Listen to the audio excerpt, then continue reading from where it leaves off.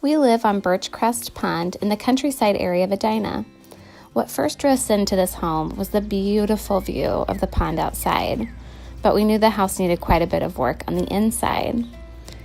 As we set out to remodel our kitchen, we tried to accent the pond as much as possible. We moved some windows, we relocated a sliding glass door, and we set up the kitchen design to maximize flow from the kitchen to outside to the patio, making it a fun area for us to entertain guests. For the countertops, I didn't go in having an exact type or material in mind. I went to several large warehouses. I think I looked at nearly every slab of countertop in the Twin Cities. And when I stood in front of this slab of countertop, there was something about it that felt so perfect. And so I picked design first.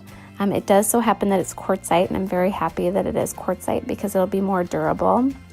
I didn't want to have a countertop that I had to reseal every few years or that took a lot of upkeep or that might have some stains along the way.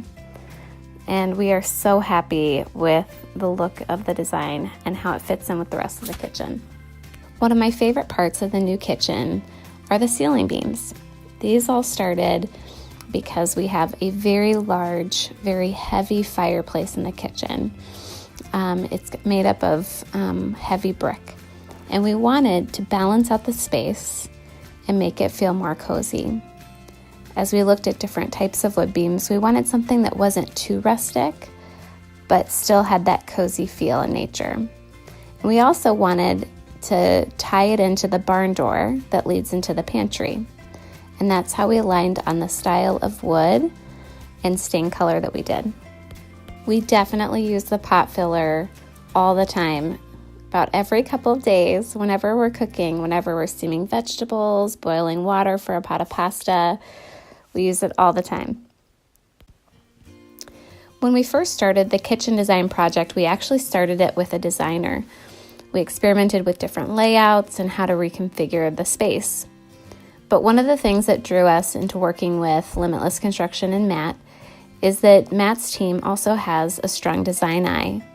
And pretty soon we realized that we didn't need an outside designer, that Matt and his team had incredible instincts and a sense of style and very quickly understood the style that we were looking for.